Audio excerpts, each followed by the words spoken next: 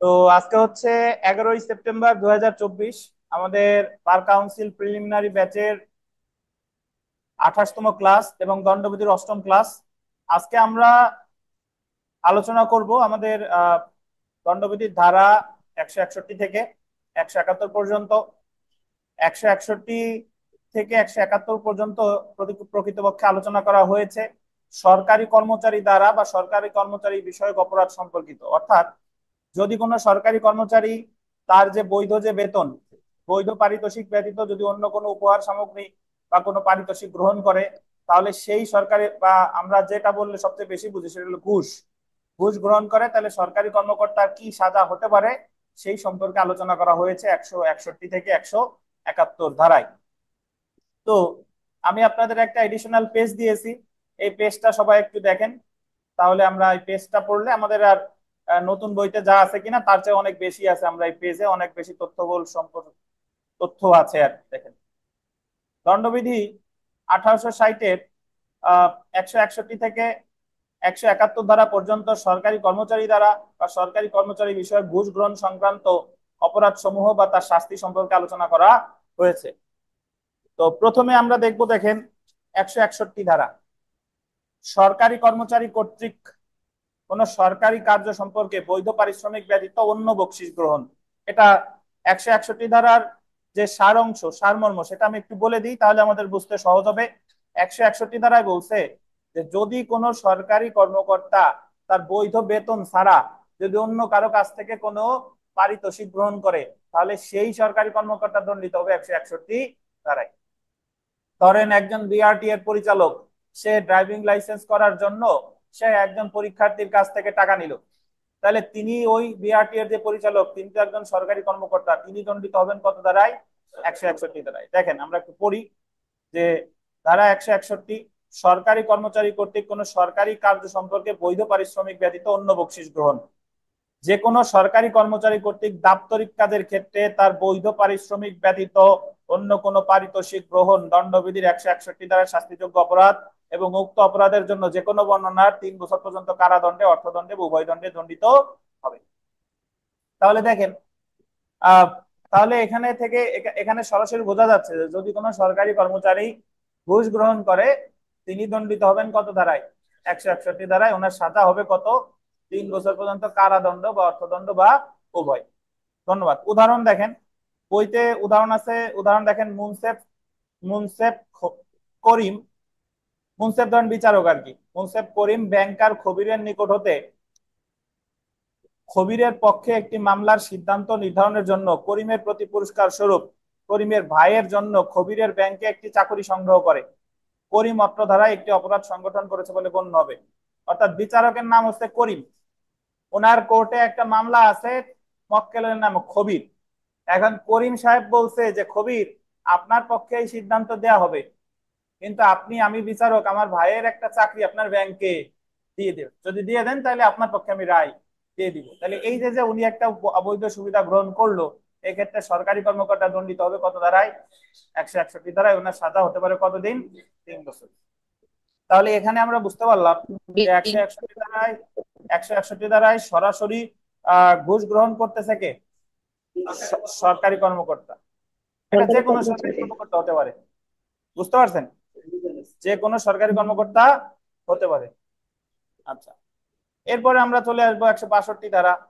ধারা 162 দেখেন, আহ অসাধু বা অবৈধ উপায়ে সরকারি কর্মচারীকে প্রভাবিত করার উদ্দেশ্যে বকশিস গ্রহণ। এটা আমি একটু আগে বলে দেই, তারপরে আমরা পড়ি। এই জায়গায় 162-তে ঘুষ গ্রহণ করতেছে তৃতীয় পক্ষ, যে সরকারি কর্মকর্তা না। ধরেন আমরা যখন পাসপোর্ট করতে যাই বা আমরা যখন ড্রাইভিং লাইসেন্স করতে যাই, দেখবেন যে বিআরটি অফিস বা পাসপোর্ট অফিসের পাশে অনেক দালাল ঘুরঘুর করতেছে, তারা বলতেছে যে আমার এত টাকা দেন, আমি আপনার পাসপোর্ট অতি দ্রুত করে দেবো, কিছু করা লাগবে না, আপনার কোনো ঝামেলা নাই। তো এই যে তৃতীয় পক্ষ যে টাকা নিচ্ছে সরকারি কর্মকর্তাকে দিয়ে কাজ করিয়ে দেবে বলে, এই তৃতীয় পক্ষ সরকারি কর্মকর্তার সাথে তার রিলেশন থাক বা না থাক, এই যে তৃতীয় পক্ষ যে টাকা পয়সা নিচ্ছে, সে দণ্ডিত হবে কত দ্বারাই? 162 দ্বারাই। তাহলে 161তে দণ্ডিত হচ্ছে কে? স্বয়ং সরকারি কর্মকর্তা। আর তৃতীয় পক্ষ বা দালাল যদি কোনো টাকা পয়সা নেয়, তাহলে সেটা কি? 162। এখন আমাদের দেশে প্রেক্ষাপটে দালাল শব্দটা কলুষিত হয়ে গেছে। দালাল শব্দটা কলুষিত। দালাল কিন্তু আসলে খারাপ কোনো ওয়ার্ড না। আমাদের বাইরের দেশে দালাল একটা প্রফেশন। আপনারা সিনেমা দেখেন, ওই জিন্দেগি না মিলে দোবারা দেখবেন, ঋত্বিক রোশনের প্রফেশন থাকে ব্রোকারি, দালালি করা, মানে যে বিভিন্ন জায়গা জমি বিক্রি করে টাকা পয়সা বা বিভিন্ন ডিল করে সে টাকা পয়সা নেয়। কিন্তু আমাদের দেশে হয়ে গেছে এটা দালাল বললে বুঝে কি খারাপ অর্থে ব্যবহৃত। যাই হোক, তো দেখেন আমরা 162 ধারাটা একটু দেখি। যদি কোনো ব্যক্তি কোনো সরকারি কর্মচারীকে দিয়ে কোনো কাজ করা বা কোনো কাজ করা হতে বিরত রাখার জন্য বা সরকারি কর্মচারী দ্বারা অপর কোনো ব্যক্তির নিকট থেকে যে কোনো বকশিশ অর্জন করে বা গ্রহণ করে বা গ্রহণ করতে সম্মত হয়, সেই ব্যক্তি যে কোনো বর্ণনার কারাদণ্ডে, যার মেয়াদ আন্ডারলাইন করেন 3 বছর পর্যন্ত হতে পারে, বা অর্থদণ্ডে বা উভয় দণ্ডে দণ্ডিত হতে পারে। এখন এক কথা হচ্ছে যে দালাল যে টাকা নিল, তার সাথে সরকারি কর্মকর্তার সম্পর্ক থাক বা না থাক, সে যে টাকাটা নিল তার সাজা হবে কত দ্বারাই? 162 দ্বারাই। সাজা হতে পারে কতদিন? 3 বছর পর্যন্ত কারাদণ্ড, অর্থদণ্ড বা উভয়। বুঝতে পারছেন? তাহলে আমার এখানে মনে রাখার সহজ তরিকা হচ্ছে যে 161 দ্বারায় স্বয়ং ঘুষ নেয় হচ্ছে সরকারি কর্মকর্তা, আর 62 দ্বারায় নিচ্ছে কে? যে নিচ্ছে সে সাধারণ নাগরিক, সে সরকারি কর্মকর্তা না। সাজা কিন্তু একই। আমরা উদাহরণ দেখি, উদাহরণে চলে এসে দেখেন যে ক, বিআরটি এর পরিচালক খবিরকে দিয়ে দ্রুত ড্রাইভিং লাইসেন্স করিয়ে দেওয়ার জন্য গণেশের নিকট থেকে ঘুষ গ্রহণ করে। গণেশে বলছে যে আমার টাকা দাও, বিআরটি এর পরিচালক আমার পরিচিত আছে, তারে দিয়ে তোমার দ্রুত ড্রাইভিং লাইসেন্স করিয়ে দেবো। ক, অত্র ধারায় একটি অপরাধ সংগঠন করেছে বলে গণ্য হবে। তাহলে আমাদের ক 161-তে দণ্ডিত হচ্ছে সরাসরি কি বলেন? সরকারি কর্মচারী। আর 162-তে পক্ষ। আচ্ছা, আমরা চলে এসেছি 163 ধারায়। 163 ধারা আহ, সরকারি কর্মচারীদের প্রতি গোল দিবেন ব্যক্তিগত প্রভাব খাটানোর জন্য বকশিশ গ্রহণ। ব্যক্তিগত প্রভাব। এখন চলে আসছি মামা চাচা খালু হাজবেন্ড ওয়াইফ এর ক্ষেত্রে। মানে এর আগে যে টাকা পয়সা নিছে তার সাথে সরকারি কর্মকর্তার কোনো সম্পর্ক ছিল না, সে জাস্ট বলছে অমুক দিয়ে কাজটা করাই দিবে। আর 163 মানে বলতেছে যে বিচারক হচ্ছে আমার আমার হাজবেন্ড, আমার একটা হার বানায় দাও, তোমার জামিনের ব্যবস্থা করতেছি। বা অমুক বিআরটি এর পরিচালক হচ্ছে আমার মামা, এত টাকা দাও, মামারে বলি দিয়ে কাজটা করাই দিচ্ছে। তার মানে 62-তে যে টাকা পয়সা নিচ্ছে তার সাথে সরকারি কর্মকর্তার আলাদা কোনো সম্পর্ক ছিল না। 63-তে যে টাকা নিচ্ছে তার এই কারেন্টের কাছে ধরো না জানো, 63-তে যে টাকা নিচ্ছে সে হচ্ছে কি বলেন? ব্যক্তিগত প্রভাব খাটাচ্ছে। ধরেন বিচারকের ওয়াইফ বললো যে আমার হাজবেন্ডকে দিয়ে এই জামিনটা করাই দিব, মক্কেল বিচারকের ওয়াইফ একটা হার বানাই দিছে, তাহলে বিচারকের ওয়াইফ এই ক্ষেত্রে দণ্ডিত হবে কত দ্বারায়? 163 দ্বারায়। কারণ সে কিসের প্রভাব খাটাচ্ছে? ব্যক্তিগত প্রভাব। দেখেন, যে ব্যক্তি ব্যক্তিগত প্রভাব প্রয়োগ করে কোনো সরকারি কর্মচারীকে কোনো কাজ করতে বা কোনো কাজ করা হতে বিরত রাখার জন্য বা কোনো ব্যক্তির প্রতি উপকার বা অপকার সাধন করার জন্য, এটা আন্ডারলাইন কেন? উপকার বা অপকার সাধন করার জন্য, উপকার বা অপকার সাধন করার জন্য কোনো ব্যক্তির নিকট হতে বকশিস গ্রহণ করে, তবে উক্ত ব্যক্তি আন্ডারলাইন করবেন বিনাশ্রম কারাদণ্ডে, যার মেয়াদ 1 বছর পর্যন্ত হতে পারে, বা অর্থদণ্ড বা উভয় দণ্ডে হতে। তাহলে দেখেন মামা চাচার রেফারেন্স দিলে সাজা কম, কিন্তু 1 বছর বিনাশ্রম হচ্ছে। আর যদি বলেন যে আমার কিছু হয় না বা তোমার দিয়ে কাজ করাই দিব, তাহলে কিন্তু ধরা খাবেন 162-তে 3 বছর। আর এই জায়গায় যদি করেন তাহলে সেই ক্ষেত্রে কততে? 163-তে। আচ্ছা দেখেন, তাহলে আমরা 100 এটা ব্যাখ্যা একটু চলে আসি। দেখেন ব্যাখ্যা, ব্যাখ্যা দেখেন এই ধারায় অ্যাডভোকেটদের যুক্তি প্রদর্শন এবং আদালতের নিকট বক্তব্য পেশ করাকে অপরাধ বলে গণ্য করা হয়নি। আইনজীবীগণ তাদের লিখিত সওয়ালে এবং মৌখিক বক্তব্য বা বিচারকের নিকট উত্থাপন করেন, এবং তা করার জন্য যে পরিমাণ ফিস গ্রহণ করুক না কেন, উহাকে এই ধারার অধীন অপরাধ বলে গণ্য করা যাবে না। একজন আইনজীবী যদি বলে যে আমার 1 লাখ টাকা দেন আমি জামিন করাই দিব, এটা কোনো অপরাধ না। বাট কথা আছে, সে যদি বলে আমার 1 লাখ টাকা দেন, জিআরও দিতে হবে এত টাকা, বিচারকরে দিতে হবে এত টাকা, তারপরে জামিন হবে, তাইলে সে অপরাধী। বাট সে যদি বলে যে হ্যাঁ, বা 62 বার সে যদি বলে যে জিয়া রহমান মামা হয়, বিচারক আমার চাচা হয়, বুঝতে পারছেন? কিন্তু সে যদি বলে এটা আমার ফিস, আমি যেভাবে পারি জামিন করাবো, আমি আমার যোগ্যতা দিয়ে করাবো, তাহলে সেই ক্ষেত্রে এটা কোনো কি অপরাধ না। বাট সে যখন বলবে যে অমুক টাকা দিতে হবে, তমুক দিতে হবে, তাহলে অপরাধ করবেন কত দাঁড়ায়? হ্যাঁ, আচ্ছা আচ্ছা দেখেন, আচ্ছা দেখেন, আচ্ছা তাহলে 62 আর 63-র মধ্যে পার্থক্য বুঝছেন? 62-তে যে টাকা নিচ্ছে তার সাথে সরকারি কর্মকর্তার আলাদা ব্যক্তিগত কোনো সম্পর্ক নাই, আর 63-তে যে ঘুষ গ্রহণ করতেছে তার সাথে আলাদা কি সম্পর্ক আছে। এবার আমরা চলে এসেছি 64। সরকারি কর্মচারী কর্তৃক 162 এবং 163 দ্বারায় বর্ণিত অপরাধ সমূহের সহায়তার শাস্তি, মানে ওই যে দালাল যে টাকাটা নিছে, দালালের কাজে যদি সরকারি কর্মকর্তা সহায়তা করে, বা বিচারকের ওয়াইফ যে টাকাটা নিছে, ওয়াইফের কথা শুনে যদি আসামির জামিন দিয়ে দেয়, তার মানে ওই সরকারি কর্মকর্তা ওই কাজে সহায়তা করেছে।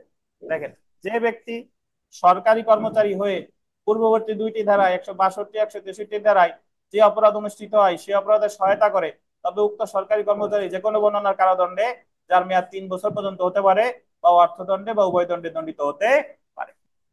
আমরা এখানকার উদাহরণটা পড়লে ক্লিয়ার হয়ে যাব। দেখেন, উদাহরণটা পড়লে আরো ভালো বুঝতে পারবেন। করিম একজন সরকারি কর্মচারী। করিম এর স্ত্রী খাইরুন কোনো বিশেষ ব্যক্তিকে একটি চাকরি দানের জন্য করিমকে অনুরোধ করে, এবং উক্ত চাকরির প্রতিদান স্বরূপ সে একটি উপহার গ্রহণ করে। করিম বলতেছে, করিম রে খাইরুন বলতেছে যে আমারে এই উপহার দাও, তাহলে আমার স্বামীরে বইলা তার অফিসে একটা চাকরি দিয়ে দিব।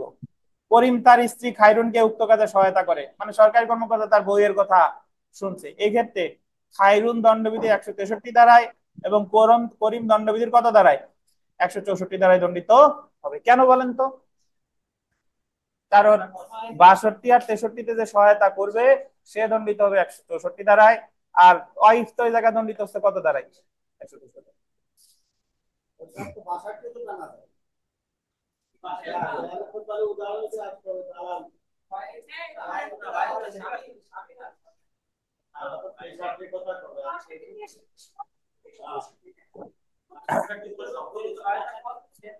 আচ্ছা, 62 যদি টানতে চান তাহলে ওয়াইফ বানানো যাবে না, তাহলে বানাইতে হবে যে সে সম্পর্ক নাই। জি দেখেন, 165 ধারাটা দেখি। সরকারি কর্মচারী কর্তৃক পরিচালিত, লয় রস্যি হবে, তটা তয় রস্যি হবে না। সরকারি কর্মচারী কর্তৃক পরিচালিত মকদ্দমা বা ব্যবসা সংশ্লিষ্ট ব্যক্তির নিকটতে মূল্যবান বস্তু গ্রহণ। শুনেন, 161 আর 165 ভিতর পার্থক্য হলো 161 দ্বারা সকল সরকারি কর্মকর্তার জন্য প্রযোজ্য। সে বিচারক হতে পারে, সে জজ হতে পারে, সে আপনার ম্যাজিস্ট্রেট হতে পারে, পুলিশ হতে পারে, টিচার হতে পারে, যে কোনো সরকারি কর্মচারী। আর 165টা শুধুমাত্র বিচারকের ক্ষেত্রে প্রযোজ্য, বা আদালতের যারা কাজ করে তাদের ক্ষেত্রে প্রযোজ্য। কিরকম? যে বিচারক একটা বাসায় ভাড়া থাকে ধরেন, এখন বিচারকের কোর্টে ওই বাসার মালিকের একটা মামলা আছে। এখন ওই বাসার মালিক যে যদি বলে, বাসার মালিক বললো যে স্যার আমার বাসা ভাড়া 35,000, আপনি প্রতি মাসে 10,000 করে দিলে হবে, বিনিময়ে কি আমার ওই মামলাটায় রায় দিন বা জামিন দিয়ে দেন। তাহলে বিচারক এই জায়গায় সরাসরি টাকা পয়সা নিচ্ছে না, বাট 35,000-এর ভাড়া উনি দিচ্ছে কত? 10,000। তাহলে এই ক্ষেত্রে উনি দণ্ডিত হবে কত ধারায়? 165 ধারায়। একটু পরি দেখেন।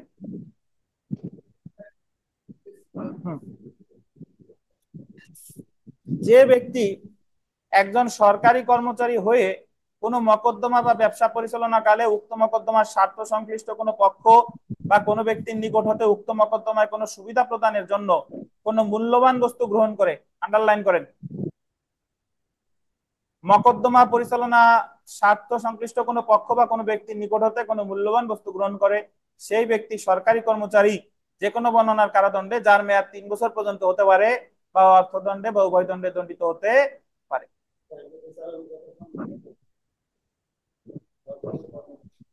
বিচারের কথা কই নেই? মকদ্দমা কারা পরিচালনা করে? ধরেন, বল আপনারে, আপনার নাম বলে নাই, আরিফুর রহমান বিশ্বাস বলে নাই, বলছে লাভলু কিলির ভাই।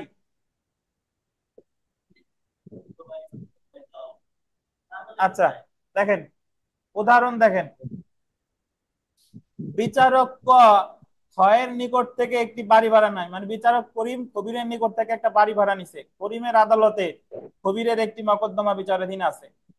বাড়িটির মাসিক বাড়িটির মাসিক ভাড়া প্রতি মাসে 200 টাকা হলেও করিম কবিরের সাথে এই মর্মে চুক্তি করে যে করিম প্রতি মাসে 50 টাকা দিবে। মানে বিচারক প্রতি মাসে কয় টাকা দিবে, বাট অ্যাকচুয়ালি ভাড়া কত, 200। এখানে করিম যথাযথ মূল্য প্রদান না করে কবিরের নিকট হতে একটি মূল্যবান বস্তু অর্জন করেছে বলে গণ্য হবে এবং এই ধারায় কি হবে, দণ্ডিত হবে। বুঝেন কিনা? এখন আপনার কাছে যদি প্রশ্ন আসে, যে আপনার কাছে মনে হইতে পারে যে তাহলে এই 161-র সাথে 65-র পার্থক্য কি?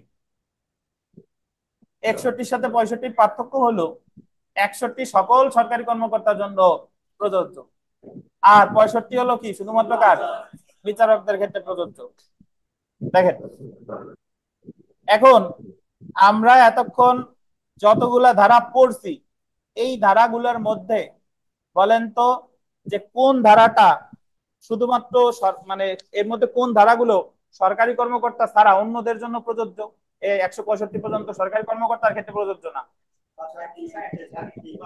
162 আর 163, 162 আর 163, কারণ 62-তে হচ্ছে দালাল ওই যে টাকা পয়সা নিচ্ছে, আর 63-তে নিচ্ছে কি যারা ওই যে ব্যক্তিগত প্রভাব খাটাচ্ছে। জি, এখন এতক্ষণ আমরা সরকারি কর্মচারীদের সমালোচনা করলেও মুন্ডুপাত করলেও এখন চলে আসি, সবসময় সব সরকারি কর্মচারী তো খারাপ না।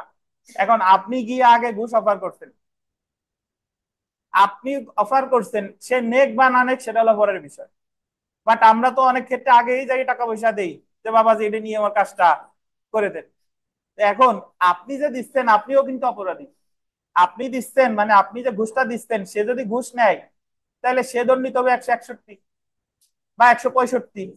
আর আমি যে ঘুষটা দিচ্ছি আমি সহায়তা করতেছি তাদের ঘুষ নিতে, মানে 161-তে সহায়তা করতেছি বা 162-তে কি সহায়তা করতেছি, তাহলে আমার সাজা আছে। এই সেটা বলছে 100 ধারা 165 ক। দেখেন দেখেন দেখেন ধারা 165 ক। দেখেন 161 বা 165 ধারায় বর্ণিত অপরাধ সমূহের সহায়তার শাস্তি, যে ব্যক্তি ধারা 161 বা 165 ধারার অধীনে দণ্ডনীয় কোনো অপরাধের সহায়তা করে এবং সহায়তার ফলে, কোন ধারায় সহায়তা করছে, 161 আর 165 সংগঠনের, এবং ওই সহায়তার ফলে আন্ডারলাইন করেন অপরাধ অনুষ্ঠিত হোক বা না হোক, আন্ডারলাইন করেন অপরাধ অনুষ্ঠিত হোক বা না হোক, উক্ত অপরাধের জন্য নির্ধারিত দণ্ডে উক্ত ব্যক্তি দণ্ডিত হবে। তার মানে এই জায়গায় দেখেন, উক্ত অপরাধ মানে কোন ধারা, আপনি যদি 161-তে সহায়তা করেন তাহলে 161 সাজা পাবেন, যদি 165-তে সহায়তা করেন তাহলে 165 সাজা পাবেন। তাহলে এই জায়গায় সাজা কি, 3 বছর। কাহিনী বুঝছেন? স্যার, স্যার, তাহলে আর, হ্যাঁ বলেন। স্যার, এই সাজাটা যিনি টাকা দিচ্ছেন, স্যার, যিনি ঘুষ দিচ্ছেন, তিনি তার ক্ষেত্রেই তো প্রযোজ্য হবে, স্যার। যিনি টাকা দিচ্ছেন সে পাবে। জি, জি স্যার, জি স্যার। যিনি টাকা দিচ্ছেন মানে আমরা সাধারণ জনগণ, তার মানে সাধারণ জি জনগণের জন্য আরো একটা ধারা আমরা পেলাম, 162 জি স্যার, সাধারণ জনগণের জন্য প্রযোজ্য, 163 জি সাধারণ স্যার। জনগণের জন্য প্রযোজ্য, আর একটা পেলাম কি 165 165 ক সাধারণ জনগণের জন্য প্রযোজ্য। প্রযোজ্য। এখন জি আমি একটু মনে করি, দেখেন এই পড়াটা আপনার মনে হইতে পারে জটিল, বাট আমি এইভাবে মনে রাখবো, 161-তে সরাসরি ঘুষ নিচ্ছে সরকারি কর্মকর্তা, সাজা 3 বছর। 62-তে ঘুষ নিচ্ছে দালাল, 3 বছর। 63-তে ঘুষ নিচ্ছে সরকারি কর্মকর্তার সাথে ব্যক্তিগত সম্পর্ক আছে, সে সাজা 1 বছর বিনাশ্রম। সরকারি কর্মকর্তা যদি 62-63-তে সহায়তা করে তিনি দণ্ডিত হবে 64-তে, সাজা 3 বছর। বিচারকরে যদি কোনো মূল্যবান বস্তু টস্তু নেয় তিনি দণ্ডিত হবে 165-তে, সাজা কত, 3 বছর। আর কোন সাধারণ ব্যক্তি যদি 61 বা 65-তে সহায়তা করে তাহলে সে দণ্ডিত হবে কত, 165। আচ্ছা, এখন বিষয় হচ্ছে যে সব ক্ষেত্রে তো সাধারণ ব্যক্তি দায়ী না। অনেক ক্ষেত্রে অনেক সরকারি কর্মকর্তা সাধারণ ব্যক্তিদের কাছ থেকে বলে যে এত টাকা না দিলে এই কাজ হবে না, তারাই ভয় দেখাচ্ছে। ধরেন একজন পুলিশ অফিসার ভয় দেখাচ্ছে যে এত টাকা যদি না দিস তোর বিরুদ্ধে কিন্তু আমি চার্জশিটে নাম দিয়ে দিব। বুঝেন কিনা? তাহলে এই জায়গা সে টাকাটা ভয় দিচ্ছে বা প্রলুব্ধ হয়ে দিচ্ছে। এখন আপনি যদি টাকা স্বপ্রণোদিত হয়ে না দেন, মানে ঘুষটা দিচ্ছেন ভয়ে পড়ে বা নিতান্ত দায়ে পড়ে, আপনি সাধারণত নিজে দিতেন না বাট দায়ে পড়ে আপনার দেওয়া লাগতেছে, তাইলে আবার এটা আপনার অপরাধ না। তখন আপনি অব্যাহতি পাবেন। এটা বলছে 165 খ।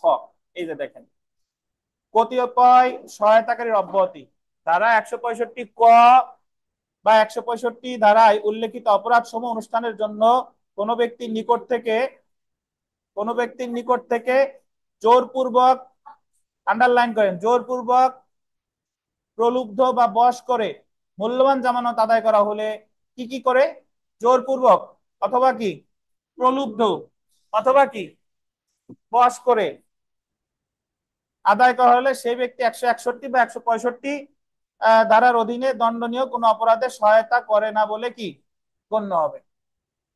ওই যে আমাদের ফ্লোর মুছার আছে, ওটা একটু মুছে ফেলতে হবে, নাহলে পিঁপড়া আসবে, বুঝতে পারছেন? তাহলে 165 খতে কি বললো আরিফ সাহেব? 165 খতে আরিফ সাহেব কি বলছে বলেন? স্যার 165 হতে বলছে কি যে 165 পদে তো বললো কি যে ওই 161 আর 165 আলারে স্যার হ্যাঁ বলেন। 165 পদে যেটা বলছে 161 আর 100 এটা 161 যে সরকারি কর্মচারী এবং সহায়ক বিচারক রে দান দান মূল্যবান বস্তু যদি আমি সাইডে সাইডে দেই, হ্যাঁ, তাহলে আমি দণ্ডিত বর 165 খতে বলছে যে এটা না, যদি আমাকে কোনো ভয় প্রলুব্ধ দিয়ে আমার কাছ থেকে, আমি সাইডে দিচ্ছি না, মানে আমার কাছ থেকে জোর করে কায়দা কলম করে ভয় দিয়ে আমার কাছ থেকে ওই সরকারি কর্মকর্তা আমার কাছ থেকে টাকা নিচ্ছে, হ্যাঁ, আমি সাইতে দিতে চাচ্ছি না, তারপর আমাকে মানে একটা বিপদে ফেলাইতেছে, না দিলে আমার কাজটা হবে না, হ্যাঁ সেই বিপদে ফেলায় সিস্টেমে ফেলাই নিচ্ছে স্যার। হ্যাঁ, হ্যাঁ, তাহলে স্যার ওই সরকারি কর্মচারী দণ্ডিত হবে 165 হতে। দণ্ডিত হবে না মানে সরকারি কর্মচারী তো দণ্ডিত হচ্ছে, সে নিচে যে ধারায় সেই ধারায়, বাট যার কাছ থেকে নেওয়া হলো সে অব্যাহতি পাবে 165 খ ধারায়। জি জি।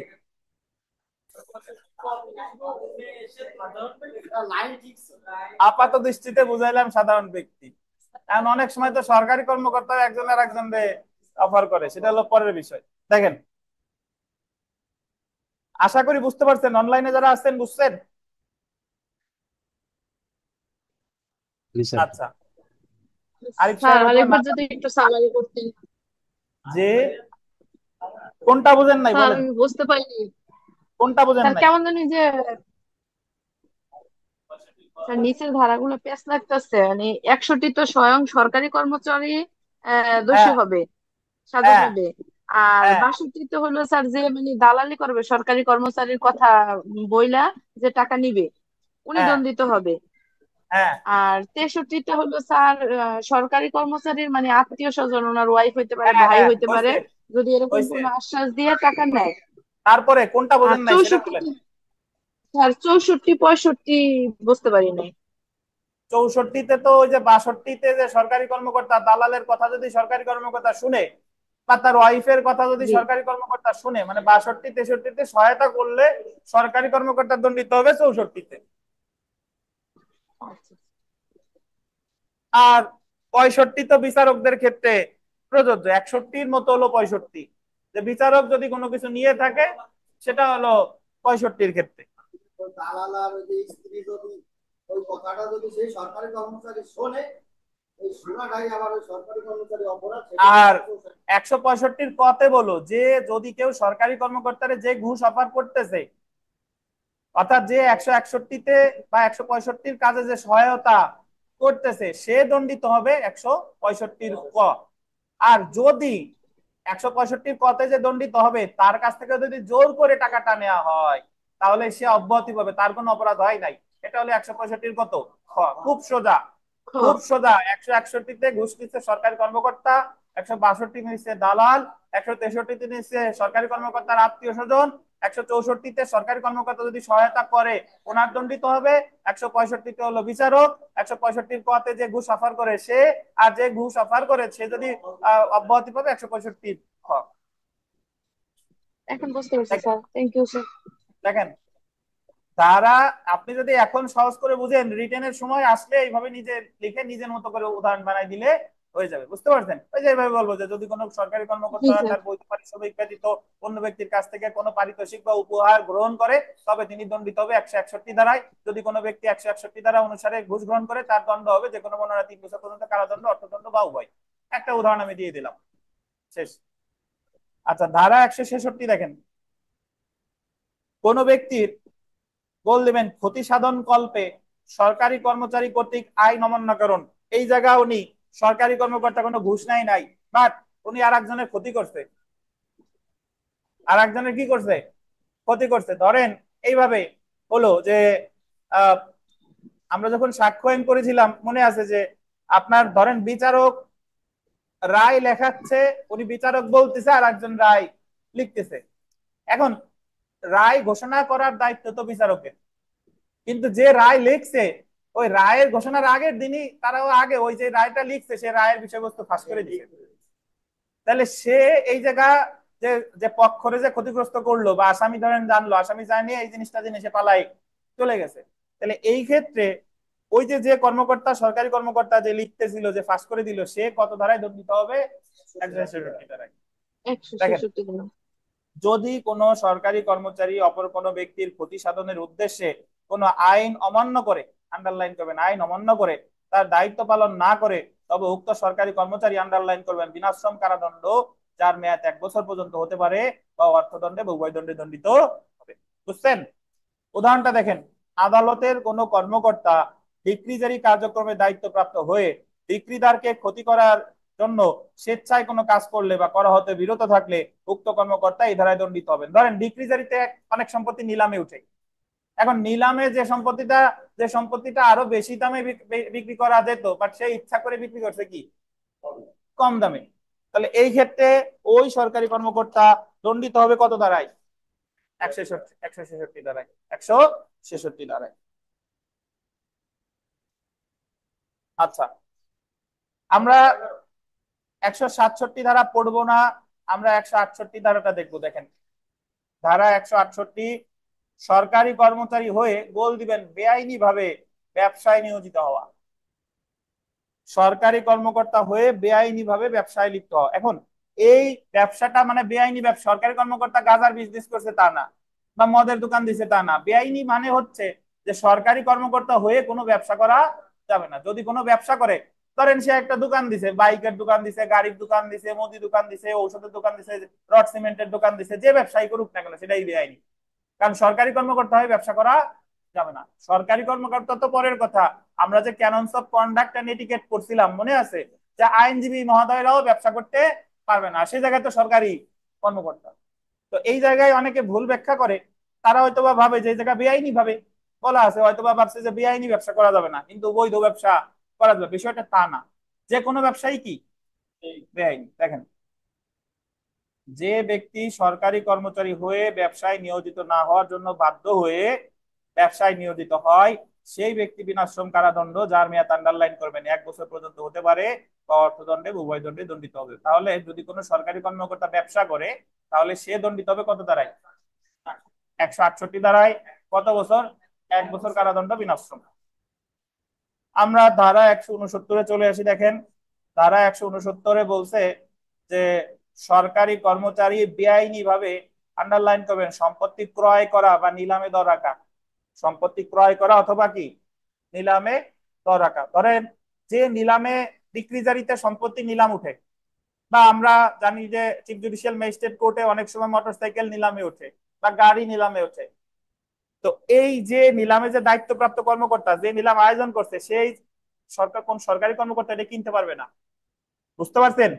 ওই জিআরও বা ওই পুলিশ অফিসার বা ওই বিচারক এই জিনিসটা কি ক্রয় করতে পারবে না। দেখেন, যে ব্যক্তি সরকারি কর্মচারী হয়ে কোনো বিশেষ সম্পত্তি ক্রয় না করা বা উহার জন্য নিলামের দর না হাঁকার জন্য আইনত বাধ্য হয়ে তার নিজের নামে বা আন্ডারলাইন করেন অন্য কারো নামে যৌথভাবে, বল দেবেন যৌথভাবে, নিজের নামে বা অন্য কারো নামে যৌথভাবে সম্পত্তি ক্রয় করে বা উহার জন্য নিলামে দর হাঁকে, তবে উক্ত সরকারি কর্মকর্তা বিনাশ্রম কারাদণ্ড, আন্ডারলাইন করবেন, যার মেয়াদ 2 বছর পর্যন্ত হতে পারে, অর্থদণ্ড বা উভয় দণ্ডে দণ্ডিত হবে।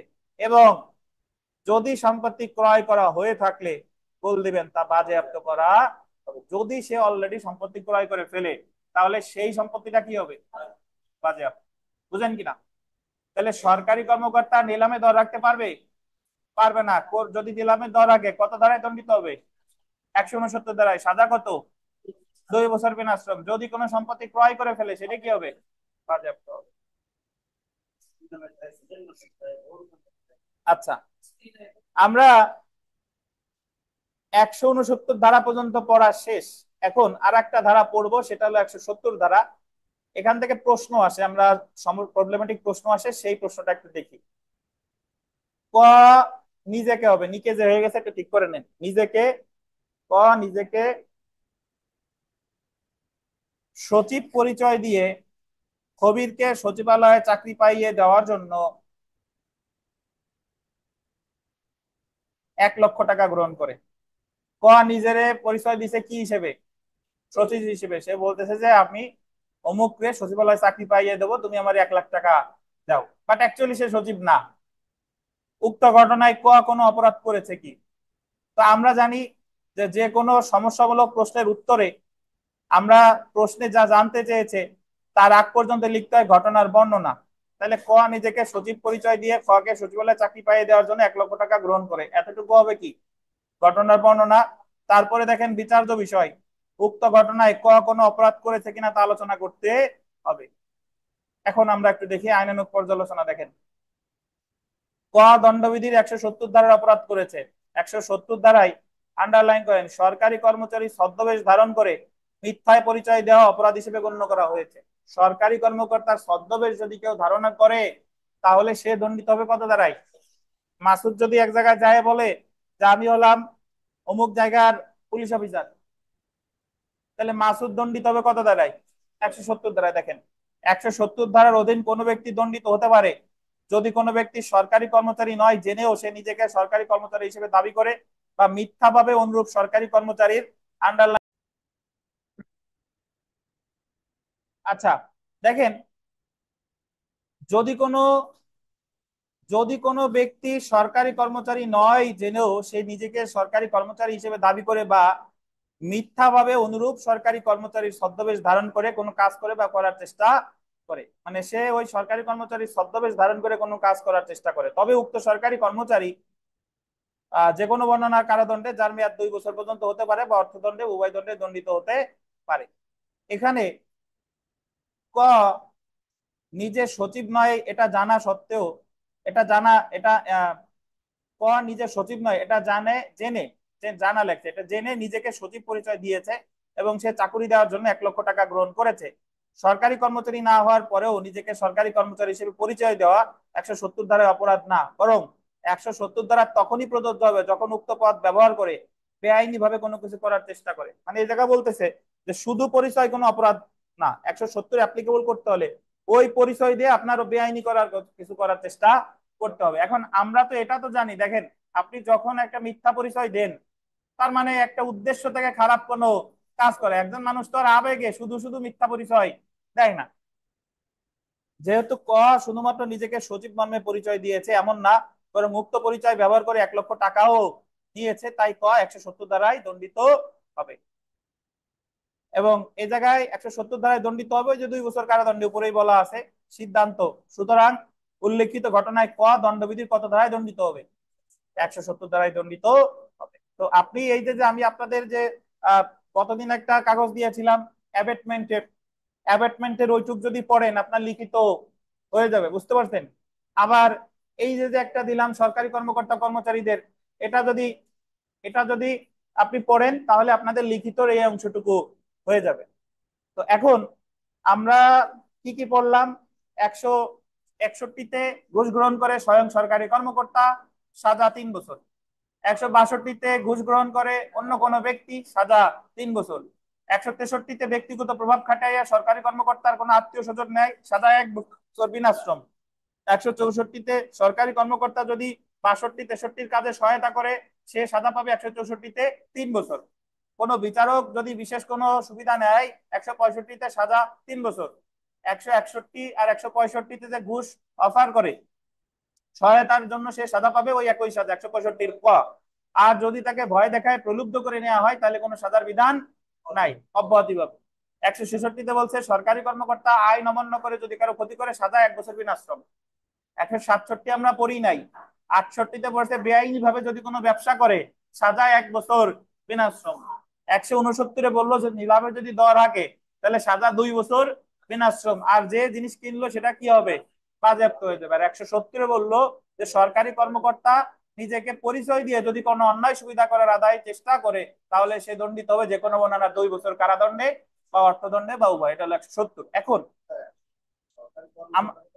হ্যাঁ, আমাদের 170 ধারায় বলছে যে আপনি আরিফ সাহেব, আপনি যাই পরিচয় দিচ্ছেন যে আপনি হলো অমুক জায়গায় পুলিশ অফিসার, হ্যাঁ পরিচয় দিচ্ছেন, হ্যাঁ। এখন 170 ধারার মতো আমাদের আর একটা ধারা আছে, সেটা হলো 416 এবং শাস্তি বলছে 419, চিটিং বাই পার্সোনেশন। চিটিং বাই পার্সোনেশন, তবে 419 ধারার স্কোপ বা পরিধি বেশি। ওই জায়গায় সরকারি কর্মকর্তা হইতে পারে, বিকাশের মানে যে কোনো ব্যক্তির ছদ্মবেশ ধারণ করলেই অপরাধ 419 ধারায়। আর 170-এ যদি আপনি দণ্ড দিতে চান তাহলে ছদ্মবেশটা ধারণ করতে হবে কার, সরকারি কর্মকর্তা। ধন্যবাদ। কিছু বুঝতেন কিনা, আমরা নামাজে যাব, যে পর্যন্ত পড়াইলাম বুঝতে পারছেন কিনা বলেন।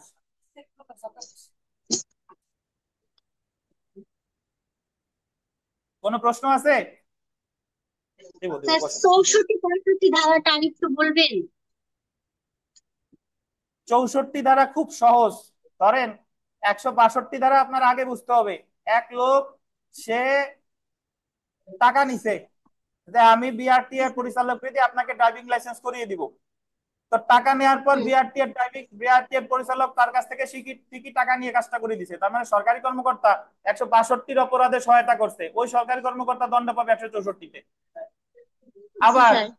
ওয়াইফে টাকা নিলেও, টাকা নিয়ে হাজবেন্ডে বলতেছে অমুক যে পাগলা তানভীরে জামিন করাই দিও, পাগলা তানভীরের বাড়ি থেকে আমার বড় বড় 2টা বল মাছ দিয়ে গেছে, পরে জামিন দিয়ে দিও। তা বিচারক ঠিকই পাগলা তানভীরের জামিন করে দিছে, তাহলে স্ত্রীর কথা শুনছে, তাইলে তিনিও 163-তে সহায়তা করছে বিচারক, তাহলে তিনি দণ্ডিত হবে 164-তে।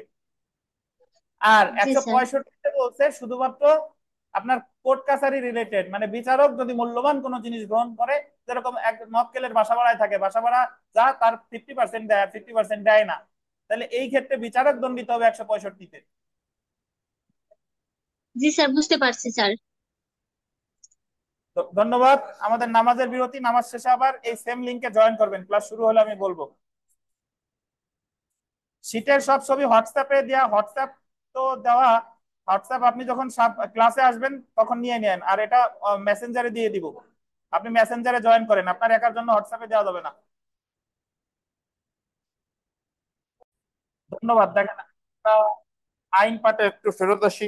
আইন পাঠে এই জায়গা প্রশ্ন যা আছে আলোচনা না করলাম, বিগত বছরে একটা প্রশ্ন আসছিল, এটা দেখেন। কোন ব্যক্তি সরকারি কর্মকর্তাকে ঘুষ দিয়ে, কোন ব্যক্তি বলছে, কোন কাজ করিয়ে দেওয়ার উদ্দেশ্যে ঘুষ গ্রহণ করলে, কোন ব্যক্তি মানে ব্যক্তিগত প্রভাবও নাই, তার মানে দালাল বোঝাচ্ছে, কত ধারা, 62, 12 বিজিএস পরীক্ষায়। আর আশা করি অন্যান্য যে প্রশ্ন টশ্ন এই জায়গায় আছে সব পারবেন না ইনশাল্লাহ। এ জায়গায় যা যা আছে সব পারা যাবে, আর কিছু পড়লাম না। এখন আমরা সরাসরি চলে আসি। দেখেন, সরকারি কর্মচারীগণের আইনানুগ কর্তৃত্ব অবমাননা সম্পর্কিত ধারা 172 থেকে 190, contempt of the lawful authority of public servant. এখানে নতুন বইতে অনেক কিছু অ্যাড করছে, তো আমরা নতুন বই পড়তেছি না, পুরাতন বইয়ের অংশটুকুই দেখি, এতটুকু পড়লেই এনাফ। দ্য পেনাল কোড 1860-এর কত ধারায় সরকারি কর্মচারী কর্তৃক যথাযথভাবে জারিকৃত আদেশ অমান্যকরণের শাস্তির বিষয় বলা হয়েছে? 188 ধারায়। 188 ধারায় দণ্ডবিধির 188 ধারায় মামলা হয় কখন? যদি ফৌজদারি কার্যবিধির কি ভঙ্গ করে, মনে আছে? 144 বা 145 ধারার আদেশ যদি কেউ অমান্য করে তাহলে সে দণ্ডিত হবে দণ্ডবিধির কত ধারায়? 188 ধারায়। আমরা সেলফ প্র্যাকটিসে চলে আসি। দেখেন, সেলফ প্র্যাকটিসে 172 ধারার একটা প্রশ্ন আসে, আইনত ক্ষমতা সম্পন্ন কোন সরকারি কর্মচারীর দ্বারা জারিকৃত কোন, আন্ডারলাইন করেন, সমন, বিজ্ঞপ্তি বা আদেশ যে লোকের উপর জারি করা হয়েছে সে যদি সমন, বিজ্ঞপ্তি বা আদেশ গোল দিবেন এড়ানোর জন্য আত্মগোপন করে, তাহলে তার শাস্তি হতে পারে, দেখেন, 1 মাস বিনাশ্রম কারাদণ্ড বা 500 টাকা পর্যন্ত অর্থদণ্ড বা উভয়। এটা একটু বুঝেন, কমা কেটে বা লেখেন, আর 500 টাকা পর্যন্ত অর্থদণ্ড সহ ওই সহটুক কেটে দেন।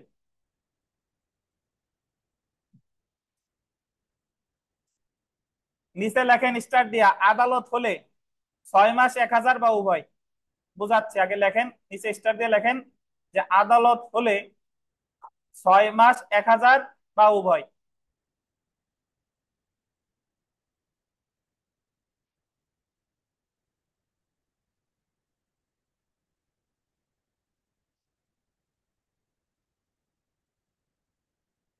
ছয় মাস 1000 বা কি উভয়।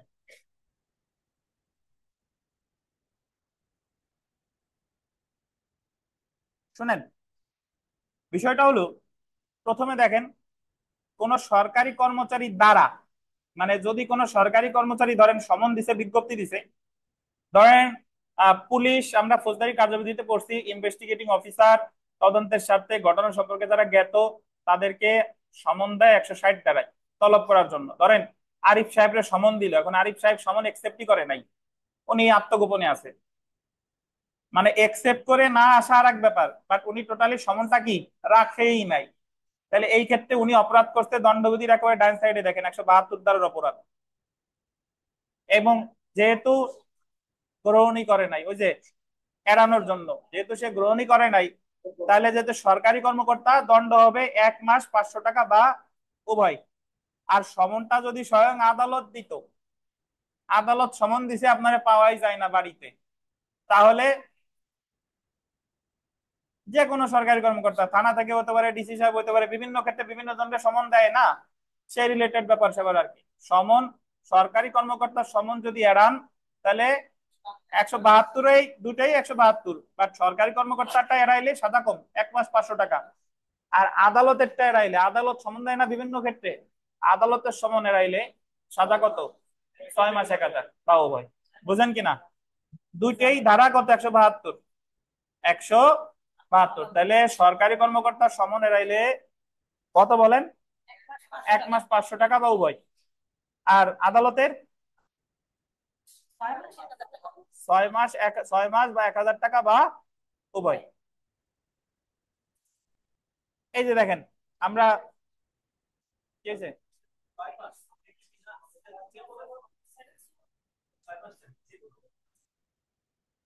6 মাস যেহেতু আছে, তার মানে যে কোনো বর্ণনারই। আচ্ছা ওয়েট, আমি একটু দেখে দিই, শিওর হই, দাঁড়ান।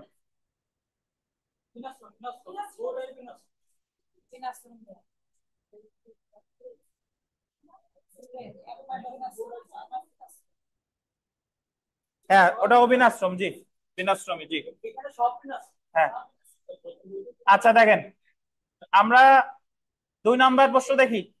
এই 2 নম্বর প্রশ্ন দেখেন, সরকারি কর্মচারীর আদেশ মোতাবেক সমন, নোটিশ, আদেশ বা ঘোষণায় যে স্থানে বা সময়ে কোনো ব্যক্তিকে হাজির হতে নির্দেশ প্রদান করা হলে, উক্ত ব্যক্তি ইচ্ছাকৃতভাবে হাজির না হলে, আগের ধারা ছিল 172, সে এড়ানোর জন্য আত্মগোপন করছে, আর এটা হলো প্রদান করা হলে, মানে সে একসেপ্ট করছে, বাট যেদিন হাজির হওয়ার কথা সেদিন হাজির হয় নাই।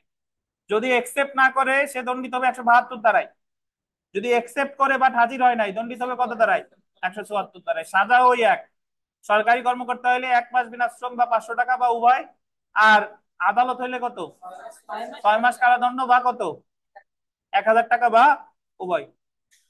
তাহলে বিকাশ সাহেব, আপনি বলেন 172 আর 174-এর ভিতর পার্থক্য কি পাইছেন আপনি?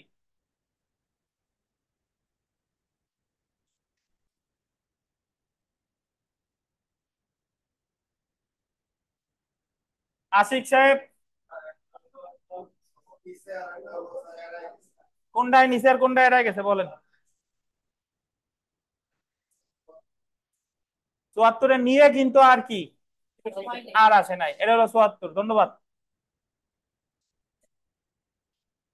3 নম্বর দেখেন, সমন বা বিজ্ঞপ্তি বা আদেশ কোনো বিচারালয়ে স্বয়ং বা কোনো প্রতিনিধির মাধ্যমে উপস্থিত হবার নির্দেশ থাকলে এবং উক্ত নির্দেশ অনুযায়ী হাজির হতে ব্যর্থ হলে, বিচারালয়ে স্বয়ং বলছে, বিচারালয় যদি দেয় তাহলে মানে বিচারকের সমন অনুযায়ী হাজির হতে ব্যর্থ হয়েছে, তাহলে সাজা কত? 6 মাস বিনাশ্রম বা 1000 টাকা বা কি উভয়। আমরা 4 নাম্বার প্রশ্নটা দেখেন যে ক, বাংলাদেশ সুপ্রিম কোর্ট হতে জারিকৃত একটি সমনের নির্দেশনা অনুসারে ওই আদালতে উপস্থিত হওয়ার জন্য আইনত বাধ্য হয়ে ইচ্ছাকৃতভাবে অনুপস্থিত থাকে। সুপ্রিম কোর্ট তার সমন দিছে, হাজির হওয়ার জন্য বাধ্য হয়ে অনুপস্থিত থাকে। ক, দণ্ডবিধির কোন ধারায় অপরাধ করেছে? 174।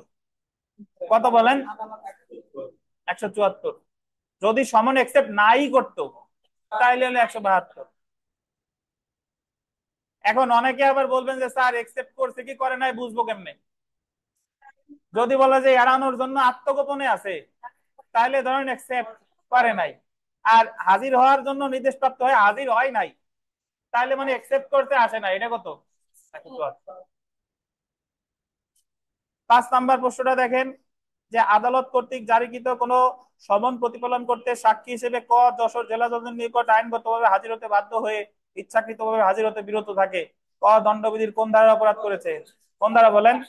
74। 6 নাম্বার প্রশ্নটা দেখেন সরকারি কর্মচারী দ্বারা যথাযথভাবে নির্দেশিত হওয়ার পর শপথ বা অঙ্গীকার করতে অস্বীকার করার শাস্তি কি? আপনি আদালতে উপস্থিত হয়েছেন, এখন শপথ পাঠ করতেছেন না, যা বলিব সত্য বলিব, সত্য বলিয়া মিথ্যা বলিব না, এটা শপথ করতে চাইতেছেন না, অঙ্গীকার করতে চাইতেছেন না, তখন দণ্ডিত হবেন কত ধারায়? 178 ধারায়। এই যে 6 মাস পর্যন্ত বিনাশ্রম কারাদণ্ড বা 1000 টাকা পর্যন্ত জরিমানা বা উভয়। 7 নাম্বার প্রশ্নটাতে দেখেন যে দণ্ডবিধির কত ধারা অনুযায়ী সরকারি কর্মচারী কর্তৃক ঘোষণাকৃত আদেশ অমান্য করা একটি অপরাধ? কত ধারা অনুযায়ী? কত ধারা বলেন? 188। এই জায়গা কি আপনাদের কোনো কাগজ দিছিলাম আলাদা?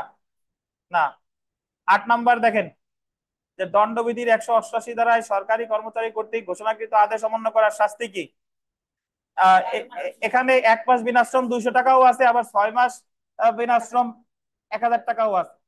এখন প্রাথমিক যে 144 যদি কেউ ভঙ্গ করে তাহলে হলো 1 মাস বিনাশ্রম 200 টাকা, আর ভঙ্গ করার পরে যদি ডিস্ট্রাকটিভ কাজ করে, ভাঙচুর করে এটা করে, তাহলে হলো 6 মাস 1000।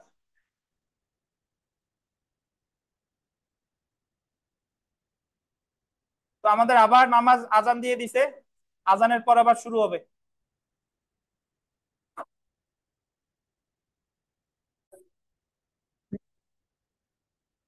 দেখেন আমরা এখন যেটা দেখব যে মিথ্যা সাক্ষ্য দান এবং মিথ্যা সাক্ষ্য উদ্ভাবন এই সম্পর্কে আলোচনা করা হয়েছে। ডান সাইডে দেখেন 191 থেকে 203 ধারা, false evidence and fabricating false evidence. দণ্ডবিধির 191 ধারায় মিথ্যা সাক্ষ্য দান এবং 192 ধারায় মিথ্যা সাক্ষ্য উদ্ভাবনকে সংজ্ঞায়িত করা হয়েছে, এবং 193 ধারায় মিথ্যা সাক্ষ্য দান বা মিথ্যা সাক্ষ্য উদ্ভাবন উভয়ের শাস্তি আলোচনা করা হয়েছে। আমরা চলে আসি ধারা 191, মিথ্যা সাক্ষ্য দান বা গিভিং ফলস এভিডেন্স। মিথ্যা সাক্ষ্য দান আসলে কাকে বলে? এটা খুবই মানে যেটা হচ্ছে যে আপনি যখন আদালতে যখন সাক্ষ্য প্রদান করতেছেন বা কোথাও সাক্ষ্য প্রদান করতেছেন, ওই মুহূর্তে আপনি এমন একটা জিনিস জানেন যে যেটা আসলে সত্য না। আপনি জানেন আরিফ সাহেব খুন করে নাই, কিন্তু আপনি বলতেছেন যে আরিফ সাহেব খুন করছে, এটারে বলে কি? মিথ্যা সাক্ষ্য দান। তো যা সত্য না বা যা মিথ্যা বলে জানেন সেই বিষয়ে যদি আপনি শপথ বা হলফনামা দ্বারা শপথ পূর্বক বাধ্য হয়ে যদি আপনি মিথ্যা বিবৃতি দেন তাহলে সেটাকেই বলে মিথ্যা সাক্ষ্য দান বা গিভিং ফলস এভিডেন্স। আর হ্যাঁ, গিভিং ফলস এভিডেন্স বলছি। আর ফেব্রিকেটিং ফলস এভিডেন্স মানে, ফেব্রিকেটিং ফলস এভিডেন্স মানে মিথ্যা সাক্ষ্য উদ্ভাবন। উদ্ভাবনের সংজ্ঞা তো এখনো বলি নাই। উদ্ভাবন উদ্ভাবন হচ্ছে আমাদের বাংলা সিনেমা যারা দেখেন তারাও মিথ্যা সাক্ষ্য উদ্ভাবন খুব সহজে বুঝবেন। ওই যে ধরেন একজন চাকর বাড়িতে কাজ করে, এখন তারে বাসা থেকে তাড়ানোর জন্য সোনার গহনা বা মূল্যবান জিনিসপত্র টাকা পয়সা চাকরের ব্যাগের ভিতর যেয়ে রেখে আসছে। তো পরবর্তীতে খুঁজতেছে, খোঁজাখুঁজি করতেছে যে এই টাকা পয়সা বা এই সোনার গহনা কোথায় গেল। পরে দেখা গেল যে ঠিকই অমুকের ব্যাগ তল্লাশি করে ওই সোনা গহনা বা টাকা পয়সা পাওয়া গেছে, বাট অ্যাকচুয়ালি তো সে নেয় নাই। তাহলে এই ঘটনাটা যে ঘটালো এটারে বলে কি? মিথ্যা সাক্ষ্য উদ্ভাবন। ধরেন এখানে একজন বাইরে গেছেন, তো বিথিকা বিশ্বাসের কোন একটা ব্যাগ আছে, এই একজনের স্বপন সাহেবের মোবাইল বিথিকা বিশ্বাসের ব্যাগে রাখা হলো, রাখলো ধরেন আমাদের আরিফ সাহেব। এখন স্বপন সাহেব এসে তো মোবাইল খুঁজে পায় না, এখন একজনকে কল দিতে বললো যে আমার ফোনে একটু ফোন করেন বা কল দেন, দেখা গেলো বাঁচতেছে, কোন জায়গা বাজে, বিথিকা বিশ্বাসের প্যাকেট, কিন্তু বিথিকা বিশ্বাস তো কিছু জানে না, তাহলে এই জায়গা মিথ্যা সাক্ষ্য উদ্ভাবন করছে কে? আরিফ সাহেব। তাহলে আপনার মিথ্যা সাক্ষ্য দান হয়ে হলো মুখের কথা, আর মিথ্যা সাক্ষ্য উদ্ভাবন ঘটনা হতে পারে বা ডকুমেন্ট হতে পারে। ডকুমেন্ট রিলেটেড কেমনে? ওই আপনি একজনের নামে ধরেন শহর ভরে বাজে কথা লিখছেন, নিচে লিখে রাখছেন যে অমুক রুবেল ফকির, বাজে কথা লিখছেন আর একজনের নামে, কিন্তু নিচে রাখলেন রুবেল ফকির, যাতে লোকজন বুঝে যে এই কথাটা লিখছে কে? রুবেল ফকির, বাট অ্যাকচুয়ালি লেখছে আর একজন, কিন্তু রুবেল রে ফাঁসানোর জন্য এই কথাটা সবাই লিখছে। তাহলে এটা কি উদ্ভাবন? মিথ্যা সাক্ষ্য উদ্ভাবন বা ফেব্রিকেটিং ফলস এভিডেন্স। তো এই মিথ্যা সাক্ষ্য দানের সংজ্ঞা দিছে 191-তে, মিথ্যা সাক্ষ্য উদ্ভাবনের সংজ্ঞা দিছে 192-তে, বাট এই দুইটা আলাদা শাস্তির বিধান করে নাই, শাস্তি একই সাথে। তো আমরা প্রথমে পড়ি মিথ্যা সাক্ষ্য দান। দেখেন, যে ব্যক্তি সত্য কথনের জন্য হলফ বা আইনের প্রকাশ্য বিধান বলে, আন্ডারলাইন করেন, আইনত বাধ্য হয়ে বা কোনো বিষয়ে কোনো ঘোষণা করার জন্য আইন বলে বাধ্য হয়ে এমন কোন বিবৃতি দান করে যা মিথ্যা এবং যা মিথ্যা বলে জানে, সেই ব্যক্তি মিথ্যা সাক্ষ্য দান করেছে বলে গণ্য হবে। আমরা উপাদানে চলে আসি। কোনো ব্যক্তি, উপাদান দেখেন, কোনো ব্যক্তি মিথ্যা সাক্ষ্য দান করেছে বলে গণ্য হবে আহ যদি সে শপথ বা আইনের প্রকাশ্য বিধান বলে সত্য বলতে বা কোনো ঘোষণা করতে বাধ্য হয়, এবং সে বাধ্য হয়ে এমন কোনো বক্তব্য প্রদান করে যেটা মিথ্যা, বা যেটাকে সে মিথ্যা বলে জানে বা বিশ্বাস করে, বা সেটা যে সত্য না তা কি বিশ্বাস করে। এবার আমরা চলে আসি, দেখেন 192 ধারায় বলছে ফেব্রিকেটিং ফলস এভিডেন্স বা মিথ্যা সাক্ষ্য উদ্ভাবন। ইংলিশটা মনে রাখতে হবে, ফেব্রিকেটিং ফলস এভিডেন্স। কোনো ব্যক্তি মিথ্যা সাক্ষ্য উদ্ভাবন করেছে বলে গণ্য হবে যদি সে কোনো ব্যক্তিকে বিভ্রান্ত করতে, গোল দিবেন, কোনো ঘটনা ঘটায়, কি ঘটায়?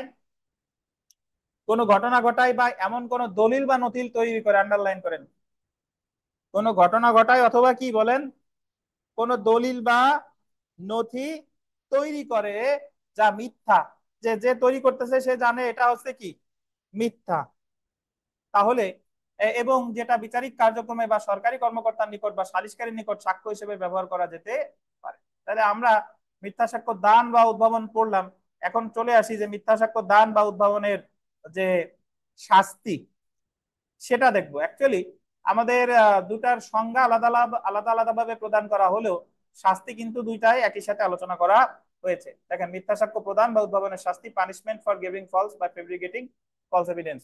দেখেন, শাস্তি হচ্ছে 193 ধারার মিথ্যা সাক্ষ্য দান বা মিথ্যা সাক্ষ্য উদ্ভাবন উভয় অপরাধের শাস্তি একই উল্লেখ করা হয়েছে, উভয় অপরাধের শাস্তি একই।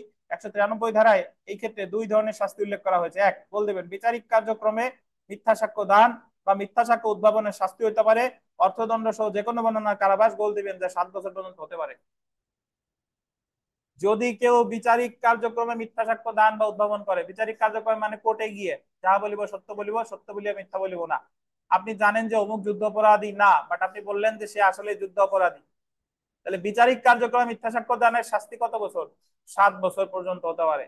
আর অন্যান্য ক্ষেত্রে মিথ্যা সাক্ষ্য দান বা মিথ্যা সাক্ষ্য উদ্ভাবনের শাস্তি, এখন অন্যান্য ক্ষেত্র কি হতে পারে?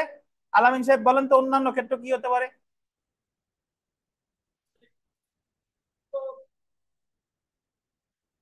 সালিসি কার্যক্রম হতে পারে।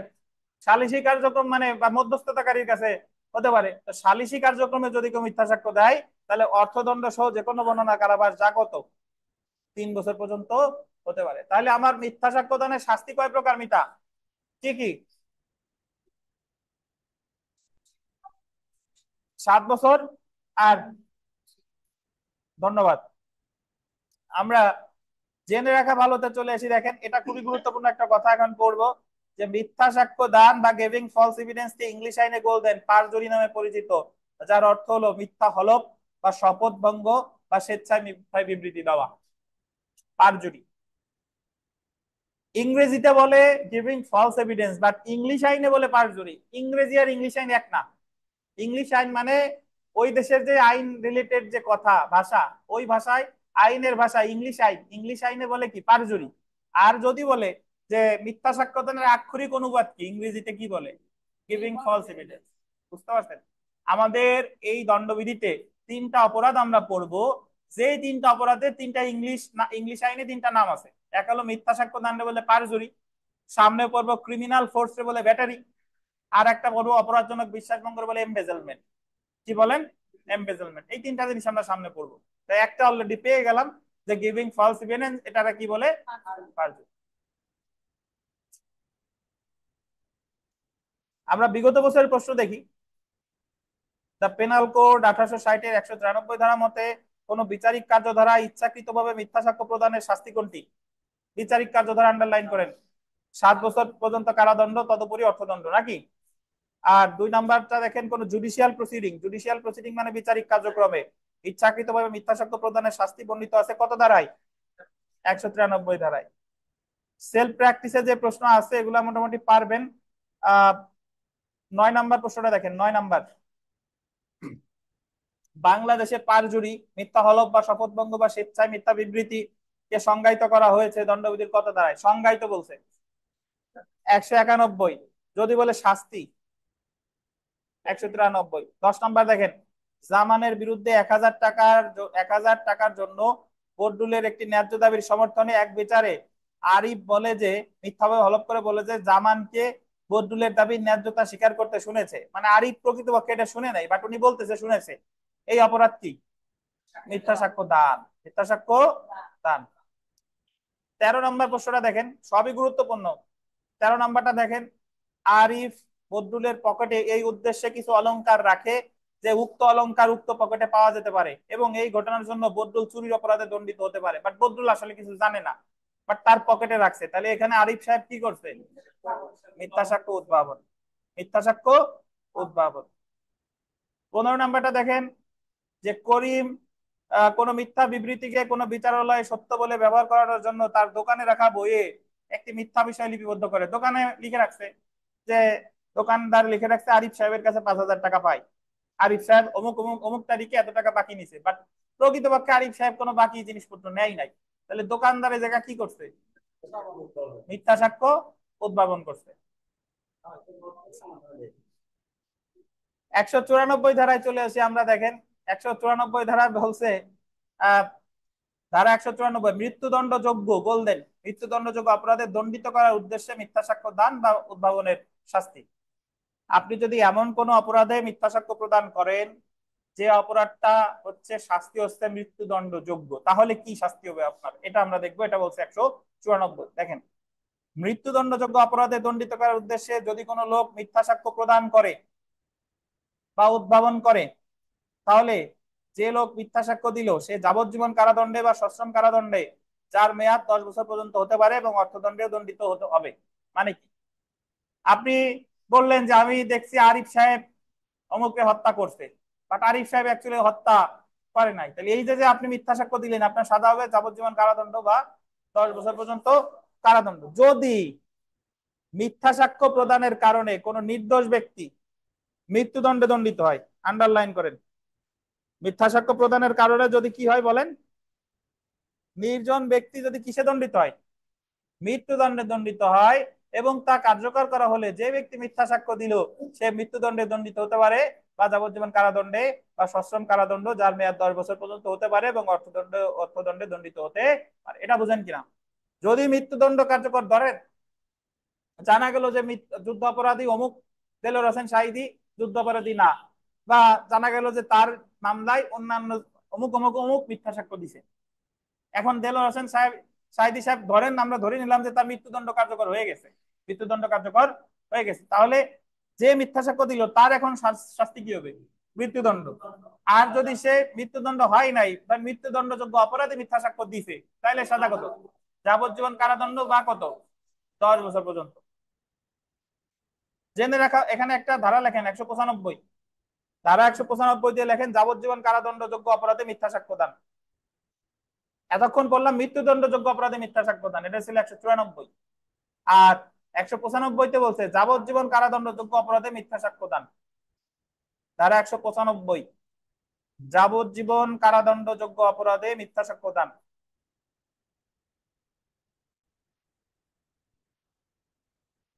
লেখেন ওই অপরাধের সমান শাস্তি।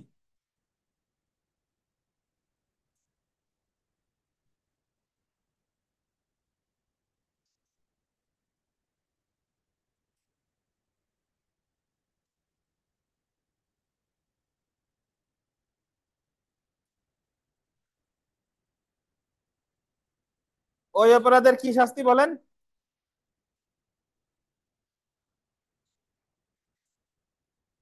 না, বলেন বলেন।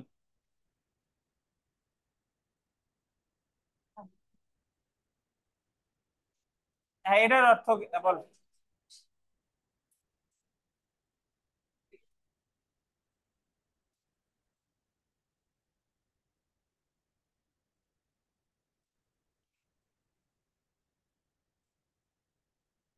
যাবজ্জীবন কারাদণ্ডযোগ্য তো মারার কথা, মারা যাওয়ার কথা আসতেছে কেন? ধরেন আপনি, আমি বললাম যে অমুক অমুক অমুক ডাকাতি করছে, বাট তারা ডাকাতি করে নাই, তাহলে আমি ডাকাতি সর্বোচ্চ শাস্তি হচ্ছে যাবজ্জীবন কারাদণ্ড, তাহলে আমি এমন একটা অপরাধে মিথ্যা সাক্ষ্য দিছি যার শাস্তি হচ্ছে কি যাবজ্জীবন কারাদণ্ড, তাহলে আমার সাজাও হইতে পারে ওই ডাকাতির যে সাজা সেই সাজা। বুঝতে পারছেন?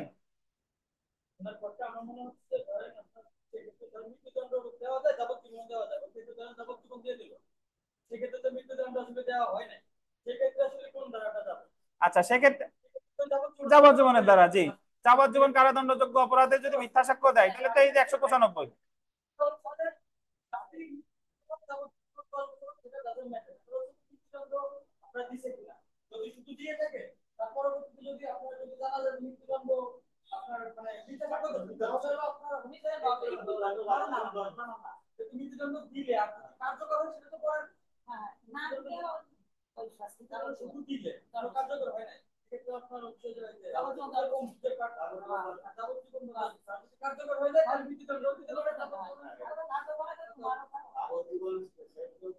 এই মিতা, বুঝছেন? না বুঝলে অনলাইনে যারা আছেন আপনাদের কোনো জিজ্ঞাসা আছে কিনা? আচ্ছা, আমরা জেনে রাখা ভালোতে আসি, দেখেন 194 ধারায় সর্বোচ্চ শাস্তি হতে পারে মৃত্যুদণ্ড। দণ্ডবিধির 196 থেকে 200 ধারা পর্যন্ত মিথ্যা সাক্ষ্য খাঁটি বলে ব্যবহার করার শাস্তি উল্লেখ করা হয়েছে। 196 থেকে 200 ধারায় জেনে শুনে সাক্ষ্য ব্যবহার, মিথ্যা সার্টিফিকেট ইস্যু বা স্বাক্ষর করা, মিথ্যা সার্টিফিকেট সত্য হিসেবে ব্যবহার করা, কোনো ঘোষণা বা বক্তব্য মিথ্যা জেনে সত্য হিসেবে ব্যবহার করার শাস্তি হলো মিথ্যা সাক্ষ্য প্রদানের বা মিথ্যা সাক্ষ্য উদ্ভাবনের যে শাস্তি সেই সাজা। মানে 196 থেকে 200 ধারা পর্যন্ত মিথ্যা সার্টিফিকেট ইস্যু করা, ব্যবহার করা যা যা আছে সবগুলোর সাজা হবে 193 মতো, অর্থাৎ 7 বছর পর্যন্ত যে কোনো যে কোনো বর্ণনা কারাদণ্ড অথবা অর্থদণ্ড। যদি আপনি বিচারিক কার্যক্রমে ব্যবহার করেন তাহলে 7 বছর, আর যদি অন্যান্য ক্ষেত্রে হয় তাহলে কত? 3 বছর। আমরা সেলফ প্র্যাকটিসে চলে আসি, দেখেন যে দণ্ডবিধির ড্যাশ দ্বারাই মৃত্যুদণ্ডযোগ্য অপরাধে দণ্ডিত করার উদ্দেশ্যে মিথ্যা সাক্ষ্য প্রদান বা উদ্ভাবনের শাস্তিযোগ্য অপরাধ কত দ্বারাই? 194। আর এই জায়গা মোটামুটি যা 194। এগুলা যা সব পারবেন। আমরা দেখি 6 নাম্বার প্রশ্নটা একটু দেখি। 6 নাম্বারটা দেখেন যে নিম্নলিখিত কোন কাজের জন্য একজন ব্যক্তি মিথ্যা সাক্ষ্য প্রদানের অপরাধে দণ্ডিত হবে? মিথ্যা সার্টিফিকেট ইস্যু করা, মিথ্যা সার্টিফিকেট সত্য বলে ব্যবহার করা, মিথ্যা সাক্ষ্য ব্যবহার করা, উপরে সবগুলা দেখেন। ডান সাইডে ধারা দেখেন 197। তাহলে মিথ্যা সার্টিফিকেট ইস্যু করা 197 ধারায় অপরাধ, বাট শাস্তি পাবে কিসের মতো? 193 মতো। ধন্যবাদ। দেখেন কোন ব্যক্তি 7 নাম্বার প্রশ্নটা দেখেন কোন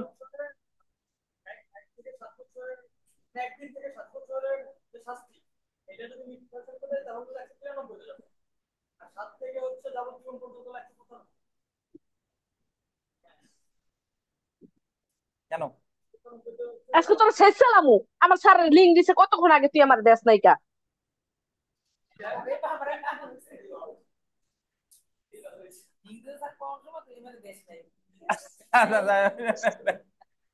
হ্যাঁ, আলামিন স্যার স্যার, হ্যাঁ বলেন। বলছে 70 ধারা পর্যন্ত ছিলাম, আপনি এর মধ্যে 200 ধারা বা 96 ধারা কখন আসলেন স্যার? ওই শেষটার ভিতরে আইছে। আপনি কি আপনি কি ছিলেন আমাদের সাথে না ছিলেন না, কোনটা? না না, ছিলাম না, আপনি তো নামাজ পড়তে গেলেন। তাহলে ক্লাস রেকর্ড দেখে নিয়ে আসছি আর কি, এদিক সেদিক দিয়ে শর্টকাট হইতে চলে আসছি। আচ্ছা, আমরা সব ধারা পড়ি নাই। হ্যাঁ, সব ধারা পড়ি নাই, বুঝতে পারছেন? সব ধারা পড়ার দরকারও নাই, জি স্যার। যেগুলো ইম্পর্টেন্ট সেইগুলা পড়ছি আর কি। হ্যাঁ, হ্যাঁ, আলামিন সাহেব কি যেন বলতে।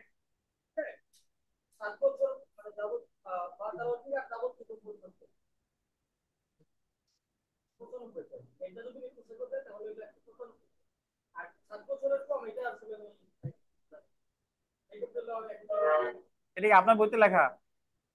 আচ্ছা, এত কমপ্লিকেটেড করার দরকার নাই, ওনাদের সহজ কথা মনে রাখেন যে যা মৃত্যুদণ্ডযোগ্য অপরাধে মিথ্যা সাক্ষ্য দিলে 194, আর যাবজ্জীবন কারাদণ্ডযোগ্য দিলে 195, কাহিনী শেষ। আর এই অন্যান্য ক্ষেত্রে 193। এছাড়া অন্যান্য অপরাধে মিথ্যা সাক্ষ্য দিলে 193। আচ্ছা, আর 197-তে বলছে যে যদি মিথ্যা সার্টিফিকেট ইস্যু করে, মিথ্যা সার্টিফিকেট প্রদান করে, সেটা শাস্তিযোগ্য অপরাধ 197-তে, বাট শাস্তি পাবে মিথ্যা সাক্ষ্য দানের মতো 193-এর মতো। ধরেন আপনি জেনে শুনে একজন এলাকার একজন চেয়ারম্যান, সে আপনারে একটা মিথ্যা সার্টিফিকেট দিছে যে আপনি হলো অমুক এলাকার বাসিন্দা, মানে তার এলাকার বাসিন্দা, বাট অ্যাকচুয়ালি আপনি তার এলাকার বাসিন্দা না। তাহলে এই চেয়ারম্যান দণ্ডিত হবে 197 ধারায়, বাট শাস্তি পাবে কিসের মতো?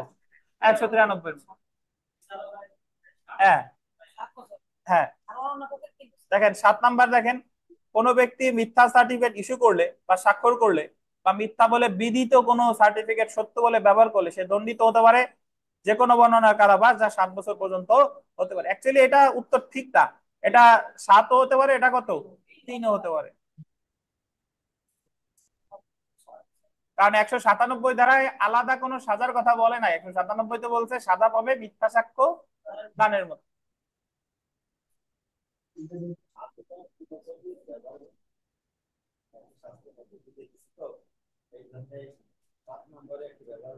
কোনো ভেজাল কিছু নাই, বুঝতে পারছেন? আচ্ছা, আজকে আমরা একটু কম পড়বো, এতটুকুই পড়বো। এখন আপনাদের পরীক্ষা দেন, যেহেতু আকাশের অবস্থা খারাপ, সবার বাড়ি যেতে হবে। কোনো প্রশ্ন আছে কিনা দেখেন। আর আমাদের পড়া শুক্রবার, সবাই পড়াশোনা করে আসবেন। আর মঙ্গলবারে কিন্তু আমাদের ফৌজদারি কার্যবিধির পরীক্ষা, আর যথারীতি ক্লাস টেস্ট রেগুলার আছেই। আর ফৌজদারি, হ্যাঁ, মঙ্গলবারে মঙ্গলবার ফৌজদারি। নাকি শনিবার স্যার? মঙ্গলবার পরীক্ষা নাকি শনিবার? মঙ্গলবার। ভালো হয়েছে মঙ্গলবার, স্যার আমি বাড়িতে যাব। আপনি আপনি 2 ব্যাচ গুলিয়ে ফেললে হবে না। আপনি তো 2 ব্যাচে ক্লাস করেন, অনলাইন ব্যাচের কথা অনলাইন ব্যাচে, আর এটা হলো অফলাইন ব্যাচ, মানে এটাও অনলাইন, বাট 2 ব্যাচের। এই ব্যাচের পরীক্ষার কথা হলো এই ব্যাচে, আর রাতের বেলা যেটা হয় সেটা হলো অনলাইন ব্যাচ, শুধুই অনলাইন। রাতের বেলা একটা, ওইটা শনিবার নাকি স্যার? হ্যাঁ, হ্যাঁ, হ্যাঁ, ওটা তামাদি আইনের পরীক্ষা। ও আচ্ছা। আছে কয়েকজন, 10-12 জন আছে। আচ্ছা, ঠিক আছে, তাহলে ভালো থাকেন। আল্লাহ হাফেজ।